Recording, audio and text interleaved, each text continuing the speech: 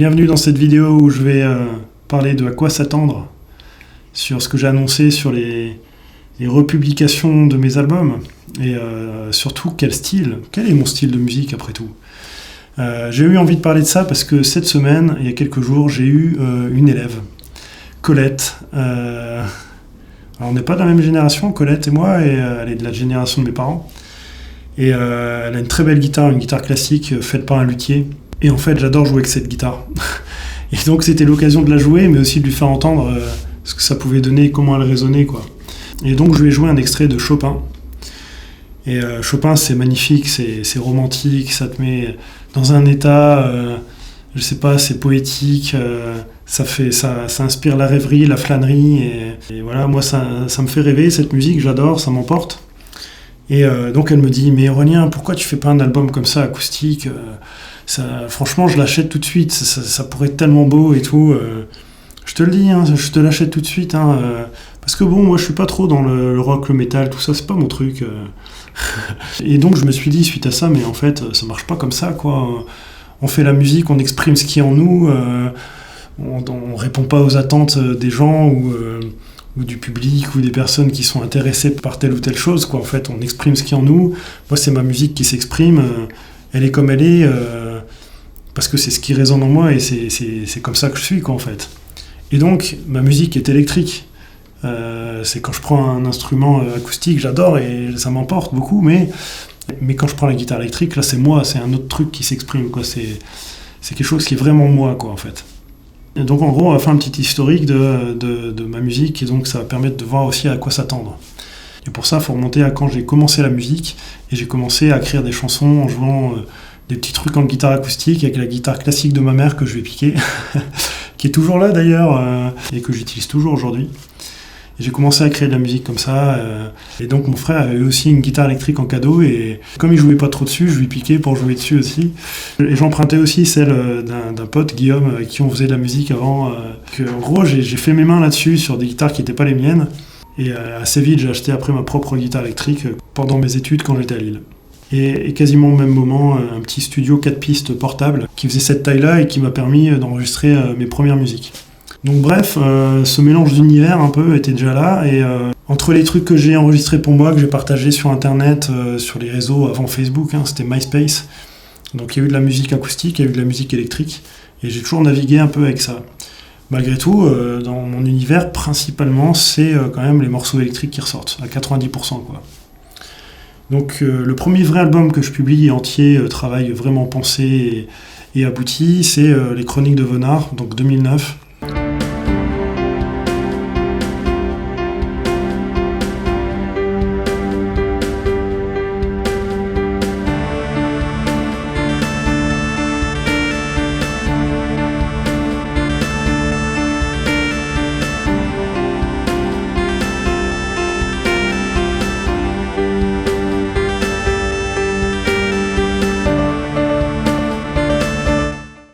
C'est mon univers acoustique et folk. C'est un projet dans lequel je m'inspirais beaucoup des traditions, des mythologies et tout. Ça a duré jusqu'en 2010, 2011. 2012, je commence à ressortir de l'électrique et avec un projet qui s'appelle After Hour Project, donc après Rune, After R comme Rune, les projets d'après Rune, et donc j'expérimentais, c'est pour ça que j'appelais ça les projets. J'expérimentais un peu mon son, je savais que j'allais sortir de l'électrique et enregistrer tout ça, mais sans savoir vraiment quoi exactement. Donc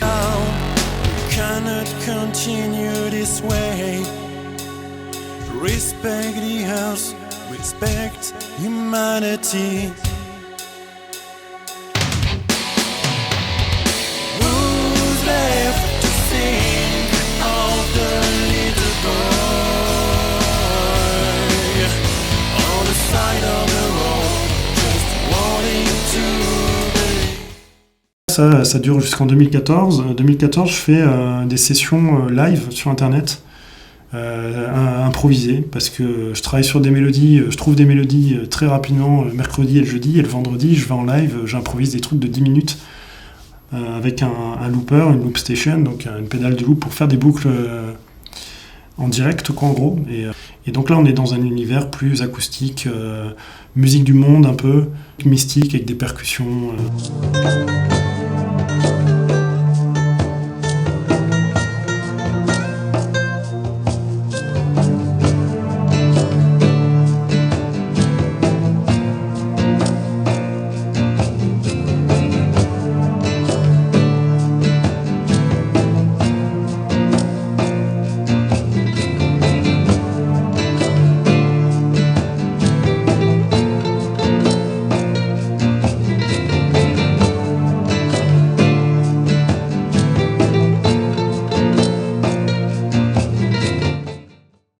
parallèle, je bosse sur un album qui s'appelle Utopia, donc projet que j'appelle à l'époque Aftara, un dérivé d'After Art Project.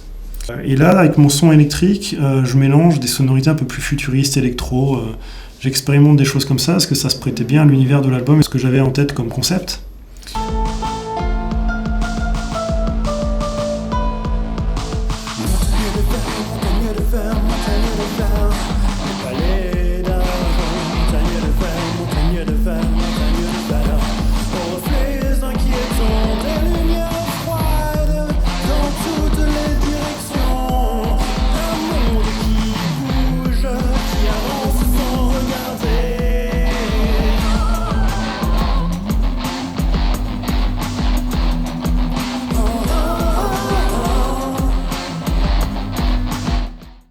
Cet album-là, je le sors en 2015. Après 2016, je sors 2 morceaux qui sont plus rock aérien, quoi, assez atmosphérique et tout ça, un peu plus soft.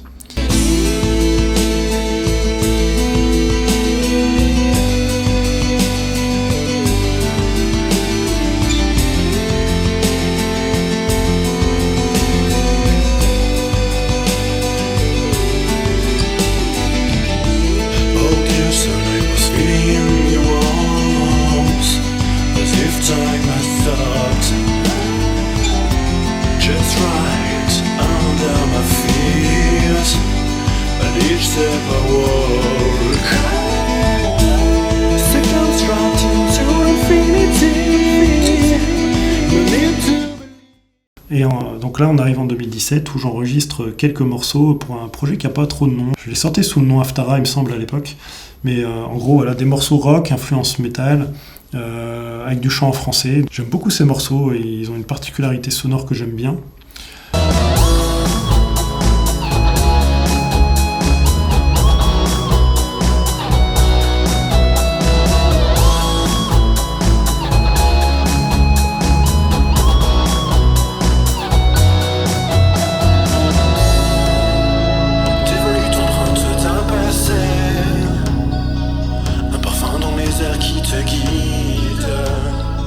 Tu veux figer ton visage dans le temps. 2017, je me donne un défi. Je prends un crédit de 24 heures de création, en gros, et à chaque fois que j'ai 1 heure ou 2, j'enregistre des trucs. Et avec ça, je ferai un album. Et donc l'album qui en ressort, c'est Dans les vapeurs de la ville. Et c'est un peu plus indus rock metal, avec un son très typé.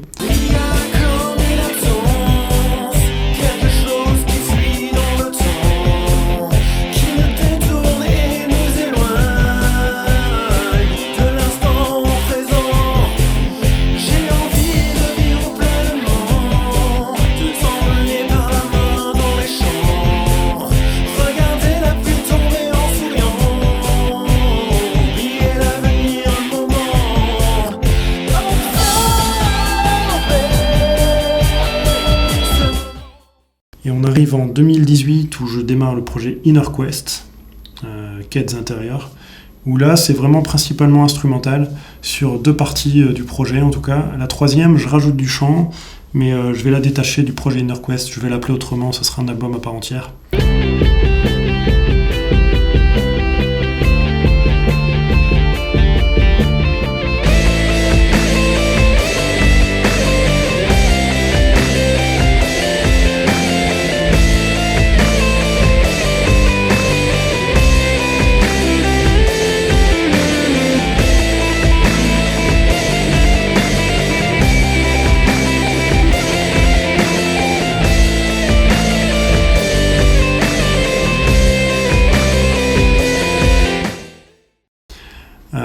On arrive en 2019 où je travaille sur le projet Ombre et Lumière, donc des morceaux rock, influence métal, avec des textes en fait qui parlent donc de 2 personnages, Ombre et Lumière, qui personnifient nos 2 facettes dans la vie.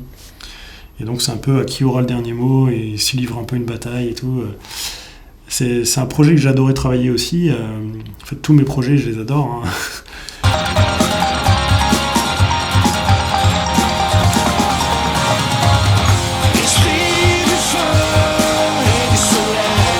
Sentir une son, même sans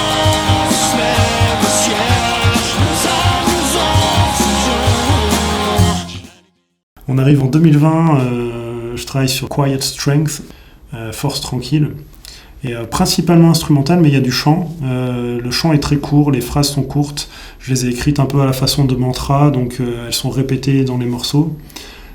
C'est très singulier, et là j'ai vraiment l'impression d'avoir trouvé mon son, vraiment, c'est toujours dans la continuité de ce que j'ai déjà fait, mais je sais pas, cet album me parle vraiment beaucoup, c'est un de mes préférés.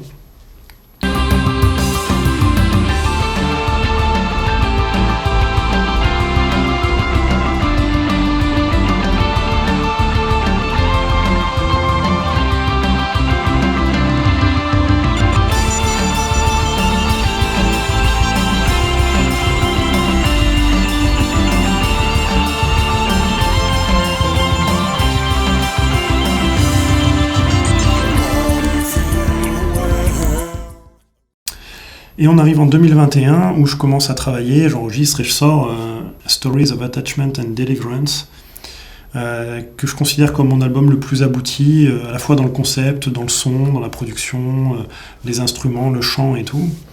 Et donc c'est un album qui alterne entre des interludes musicaux et des chansons entières. Et voilà, je considère que vraiment il est assez abouti. J'aime bien la production de cet album.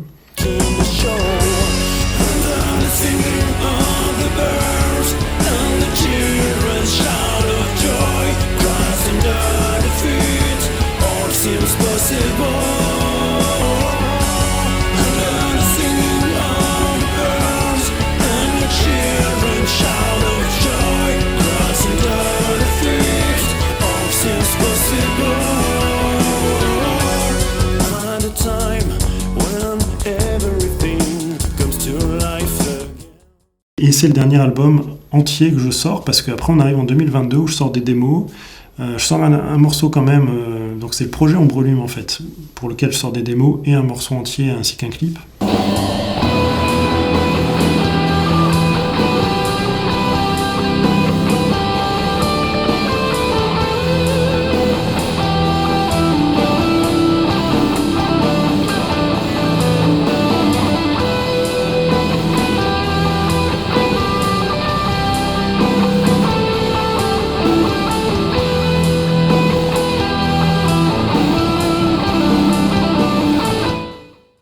Et après, c'est 2023 où je vais sortir un morceau pour un projet qui s'appelle Élan, ainsi qu'un autre morceau qui est un remix, mais que je considère comme un morceau à part entière quand même.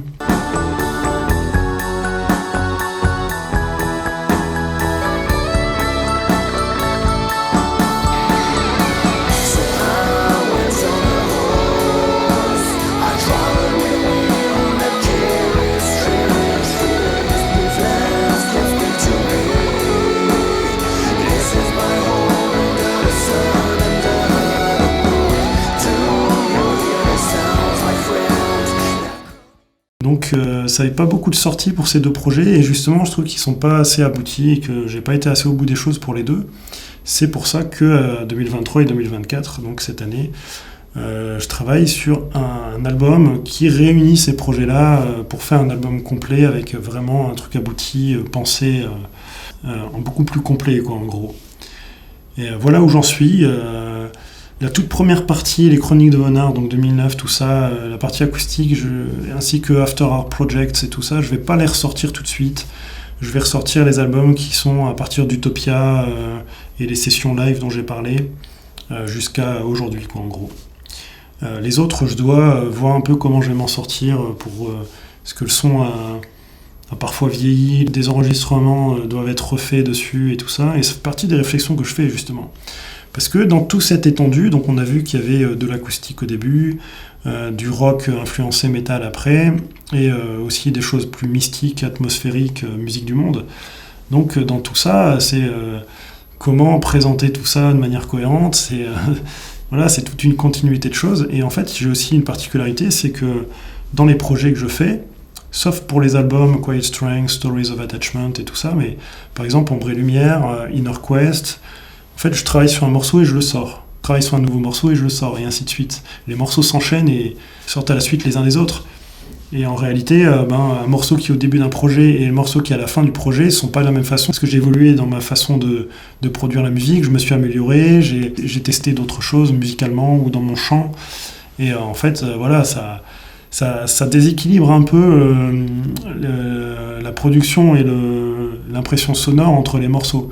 Mais au fond, c'est ma façon de faire et j'ai envie de l'assumer, quoi. Et la question qui est donc justement par rapport aux différents albums, c'est est-ce que je retouche pour rééquilibrer tout ça, les mettre au même niveau, ou est-ce que je laisse le son en évitant de trop toucher les choses, pour pas faire de réenregistrement, pour pas faire de trucs comme ça trop, pour pas toucher à la singularité et aussi aux défauts de l'époque qui font partie du charme de l'évolution d'un parcours créatif, quoi, en gros. Et la dernière chose que je voulais aborder, c'est mon chant, justement, qui a vraiment beaucoup évolué aussi. Je me suis amélioré beaucoup ces dernières années. Maintenant, je donne des cours de chant, donc ça n'a plus rien à voir. Avant, je chantais un peu au feeling, un peu comme ça. Maintenant, c'est beaucoup plus travaillé. Mais il y a quand même une différence entre mon activité de prof de chant et pour lequel aussi je fais des covers, j'enregistre des reprises que je partage sur Internet. Et là, j'ai une grosse exigence, je veux que ça soit vraiment fait de manière le mieux possible. J'essaie vraiment d'atteindre quelque chose le plus propre possible, alors que dans ma création personnelle, c'est pas ça que je cherche avant tout la créativité, expérimenter des choses, tester des choses, je cherche pas la perfection, quoi. Donc, et dans mes morceaux, c'est un peu moins pro, du coup, et quand j'entends d'anciens morceaux, ça peut sonner un peu amateur, mais je me dis, bon, ça fait partie du charme de la chose. Même quand je réécoute d'anciens morceaux, par exemple des morceaux que j'ai fait en 2017, des fois je me dis, wow, je chantais aigu et tout ça, et alors que pour Stories of Attachment, qui est plus récent, j'ai compris à quel endroit ma voix résonnait mieux, quoi, et un peu plus dans les graves et tout ça, et voilà, en fait, on gagne en maturité, et en explorant un peu des choses, on s'améliore petit à petit, quoi, et finalement, j'ai envie d'assumer ça, quoi.